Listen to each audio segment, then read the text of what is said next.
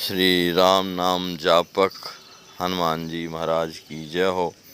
धनतेरस की सभी भक्तजनों को हार्दिक शुभकामनाएं। आइए महापुरुष के द्वारा सुने। हम अकेले थे, वो दस्तार से बुरी तरह से नौचाक करके घायल कर दिया है। बहुत भयंकर पीड़ा है, महीनों दिन से कुछ न खाए न पिए, जीवन के अंतिम क्षण गिन रहे। तुम्हारे कैसे? अरे बोले हमारा तो चकाचक है। खूब कथा कीर्तन सुना, कान तृप्त हो गए, और खाने पीने के लिए तो कभी देखा नहीं था, जो कभी जीवन में नहीं मिला ऐसा भोजन, रबड़ी खीर खा करके मस्त हो गए। ये दृष्टांत है।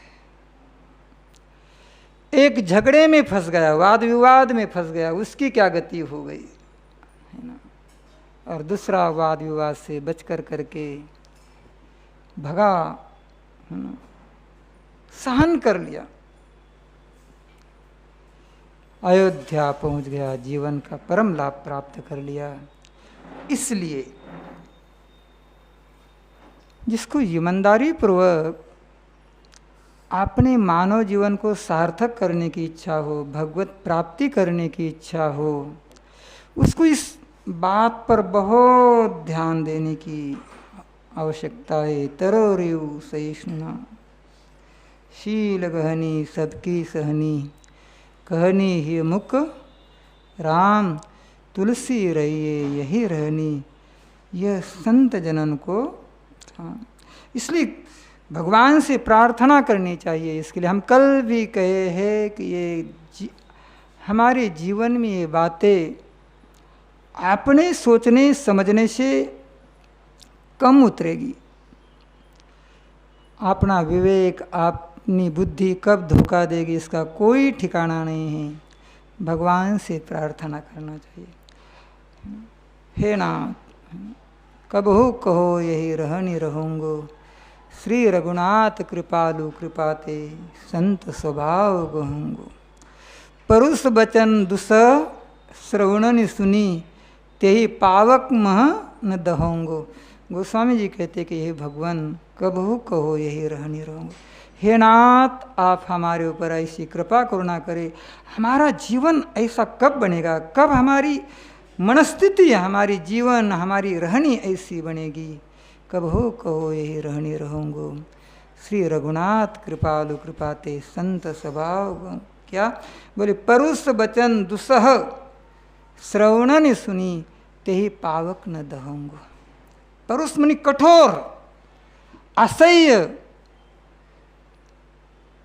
दुर्वचन हम अपने दोनों कानों को फाड़ फाड़ करके सुनेंगे, सुनने को मिले। दुस्सह मनी असहनीय कठोर वचन, कटु वचन, शरीर में आग लग जाए जिसको सुनने से, ऐसे दुर्वचन सुनने के बाद में भी हम उस अग्नि में अपने आप को नहीं जलाएंगे, शांत रहेंगे। ऐसे हमारी चित्त की स्थिति बन जाए। भगवान ऐसी कृपा करुणा आप करें। आपकी कृपा करुणा से बन सकता है, हमारी बस की ये बात नहीं है। ऐसी सदा सर्वदा प्रार्थना करनी चाहिए। जब जबकि गोस्वामी तुलसीदास जी महाराज जी को मुझे लगता है कोई प्रार्थना की जरूरत नहीं थी। वे तो महान संत थे, साधोचित सारे सद्गुण उनके जीवन में कुट कुट करके भरे हुए थे। परंतु संत ये जो कुछ कहते हैं, सुनते हैं, अपनी ओर से भगवान से प्रार्थना करते हैं, वे हमारे प्रतिनिधि बन करके करते हैं, जीव के प्रतिनिधि बन करके करते हैं, जिसका अवलंब लेकर के, उसको पढ़ करके, सुन करके हम अपने जीवन में एक मार्गदर्शन प्राप्त कर सके। संसारी हम जैसे कलिकाल ग्रसित जीव उस पथ पर चल करके अपना आत्मकल्याण कर पाए। इसलिए संतों का ये सब कुछ कहना सुनना होता है ना। मौसम कौन कुटिल खलकामी, सूरदास जी कहते क्या, ना वो कुटिल थे, ना वो खल थे, वो कामी थे। ये तो महान संत थे। लेकिन ये महापुरुष हम जीवों के ऊपर कृपा करुणा करके उस पथ पर चल करके हम अपना आत्म कल्याण कर ले, इसलिए ऐसा उपदेश देती। देखिए, हम पुनः उस वाक्य को दोहराएंगे। श्री चैतन्य महाप्रभु कहते हैं, जो सहनशील नहीं होगा वो भगवत कृपा का कभी भी त्रिकाल में अधिकारी नहीं बन सकता है। इसलिए सहनशीलता बहुत आवश्यक। आप पूरे भक्तों का चरित्र पढ़ कर करके देखिएगा, सुनिएगा,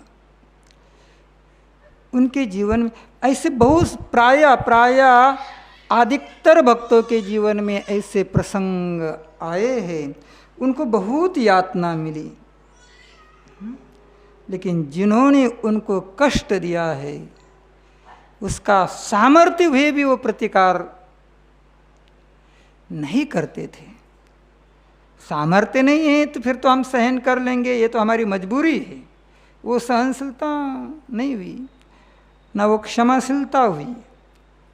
क्षमाशील सच्चा वही है, सहनशील वही है कि सामर्थ्य होते हुए भी हम अत्याचार को, अन्याय को, प्रतिकार को बर्दाश्त करें। किसके प्रतिकार को? आपने गुरुजनों के। बोले गुरुजनों को तो करना ही है, माता पिता का, अपने से बड़ों का तो अत्याचार कहिए, अन्याय कहिए, दुर्वचन कहिए, उसको तो बर्दाश्त करना है। केवल उसका नहीं, सील गहनी सबकी सनी, सब किसी की सहन करना चाहिए। कल हमने आपको निवेदन किया था, लाला बाबू के चरित्र को याद कीजिए। सहनशीलता का ही तो अभाव कहा जाएगा। आखिर श्री लक्ष्मी चंद जी के यहाँ मधुकरी मांगने के लिए क्यों नहीं जाते? ये ईर्ष्या द्वेष क्यों था? इसका बीज सहनशीलता का तो अभाव था। कहीं ना कहीं बात वहाँ पर आ जाती है कि उनसे झगड़ा हुआ, उन्होंने कुछ केस किए, हो सकता है कुछ कटु वचन कहा, वो याद है, मैंने उसको पचा नहीं पाए, उसको सहन नहीं कर पाए, इसलिए उनकी कुटिया पर नहीं जाते थे। और इसलिए इतने बड़े महापुरुष को 20 साल तक दीक्षा का अधिकारी नहीं माना गया। इसलिए बाप, हमारे आपके जीवन में सहनशीलता की अत्यंत अत्यंत जरूरत है। हमारे महाराष्ट्र में एक संत वे श्री एकनाथ जी महाराज, कल भी शायद मैंने उनकी चर्चा की थी, परसों की थी, शांति ब्रह्म श्री एकनाथ जी महाराज अत्यंत सहनशील थे। उन्होंने जीवन में कभी क्रोध किया ही नहीं। श्री एकनाथ जी महाराज जी ने जीवन में कभी क्रोध किया ही नहीं। एक बार किसी ने एक यवन को, एक मुसलमान को, उनके जो भाई संतों की तो समाज में प्रतिष्ठा होती है, उनका सर्वत्र गुणगान होने लग जाता है, उनकी इज्जत प्रतिष्ठा बढ़ती है। तो जो दुष्ट लोग होते हैं, जो काऊ की सुनई बढ़ाई, ले श्वास जनु जूड़ी आई, कुछ दुष्ट प्रवृत्ति के लोग होते हैं, उनको तो संत महात्मा की प्रशंसा, उनका सम्मान वो बर्दाश्त नहीं कर पाते हैं। तो ऐसे दुष्टों ने बहुत प्रयास किया कि एकनाथ जी महाराज को किसी न किसी प्रकार से क्रोध दिलाना है। एक यवन को पास गए और बोले तुमको मुँह मांगा इनाम देंगे, एक काम करना है। क्या करना है? बोले एकनाथ जी महाराज को जानते? बोले खूब अच्छी तरह से। बोले उनको गुस्सा दिला देना है, क्रोध, थोड़ा उनको क्रोधित कर देना है। अरे बोले ये कौन कठिन बात है ना, किसी को क्रोध, 2-4 गाली दे देंगे, क्रोध आ जाएगा, तुरंत क्रोध आ जाता है। थोड़ा सा धक्का लग जाता है तो क्रोध आ जाता है। बोले ठीक है, काम हम करेंगे। उसने बहुत प्रयास करके थक गया, क्रोध ही नहीं आता। एक दिन वो एक पेड़ पर चढ़ गया। श्री एकनाथ जी महाराज का नियम था, वो प्रतिदिन, ये पैठन,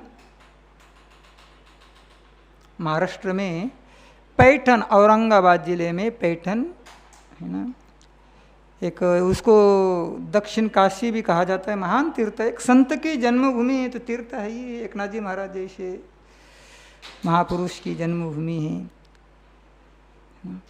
तो वहाँ गोदावरी नदी है, जो नासिक त्र्यंबकेश्वर से निकली भी है, गोदावरी गंगा। तो नित्य वो गोदावरी स्नान करने के लिए जाते थे। श्री एकनाथ जी महाराज, ये यवन एक पेड़ के ऊपर चढ़ करके बैठा। एकनाथ जी महाराज जैसे स्नान कर करके आते थे तो उस पेड़ पर से उनके ऊपर थूक देता था। बाप थूक दिया तो शरीर तो अशुद्ध हो गया, अपवित्र हो गया। नहा धो करके आए हैं, ब्राह्मण हैं, और वो महाराष्ट्र में उसको सोलमणि ऊनी पवित्र वस्त्र पहन कर करके आते कि भी ठाकुर जी के लिए जल भी गंगा जी का लेकर के जाए, आप ठाकुर जी का जगाएंगे, अभिषेक कराएंगे, स्नान कराएंगे, ठाकुर जी की सेवा करनी है। जल लेकर करके नहा धो कर करके आ रहे थे, उन्हीं के ऊपर थूक दिया। और पान खा करके बढ़िया से पूरा शरीर ये हो जाए, रक्त रंजित लाल लाल हो जाए, थूक दिया। एकनाथ जी महाराज जी ने देखा नहीं, ताका नहीं, झाका नहीं, किसने थूका, क्या हुआ, देखा कि पिक पड़ी, समझ गया कि किसी ने थूक दिया, शरीर अशुद्ध हो गया, अब ऐसे तो नहीं जा सकते ठाकुर सेवा में। फिर लौट कर करके चले आए, फिर गोदावरी जी में जा कर के स्नान कर लिए। फिर स्नान कर करके बढ़िया से पवित्र होकर करके फिर वापस लौट रहे थे, वो थूका, फिर गए, फिर स्नान कर करके आए, वो फिर थूका। कब तक ये क्रिया चलती रही? सुबह से लेकर के शाम तक। 108 बार वो व्यक्ति थूक दिया। संध्या हो गई, थूकते थूकते, पान खाते खाते उसका मुंह छिला गया, थक गया, लेकिन एकनाथ जी महाराज जी ने कोई उत्तर प्रत्युत्तर नहीं दिया। बेचारा पानी पानी हो गया। अंतिम में पेड़ पर से उतरा, बाल लीला है, आप सुनिए।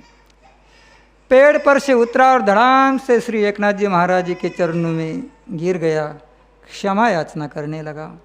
महाराज, हमने कल्पना नहीं की थी, सोचा नहीं था, समझा नहीं था कि इस धरती पर कोई ऐसा भी मनुष्य हो सकता है। मैं इतना नीच, मैं इतना दुष्ट, आपको इतना कष्ट दिया ना, भर दिन आपका खराब कर दिया। आप गंगा जी नहाते रह गए, 108 बार आपको, मैं बहुत नीच हूँ, मैंने बहुत भयंकर अपराध किया, पाप किया, दुष्कर्म किया, आपको बहुत कष्ट दिया। बोले बिल्कुल नहीं, आपने तो मेरे ऊपर बहुत उपकार किया।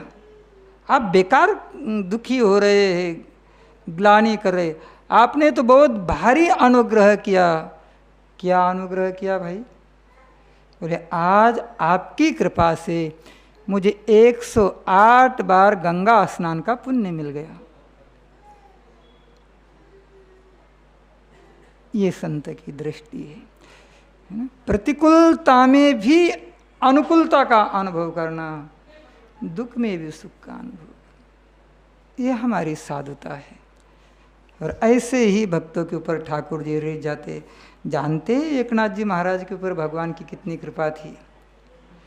भगवान 13 साल तक, भगवान श्री द्वारकाधीश 13 वर्ष पर्यंत श्री एकनाथ जी महाराज जी के यहाँ पानी भरते थे।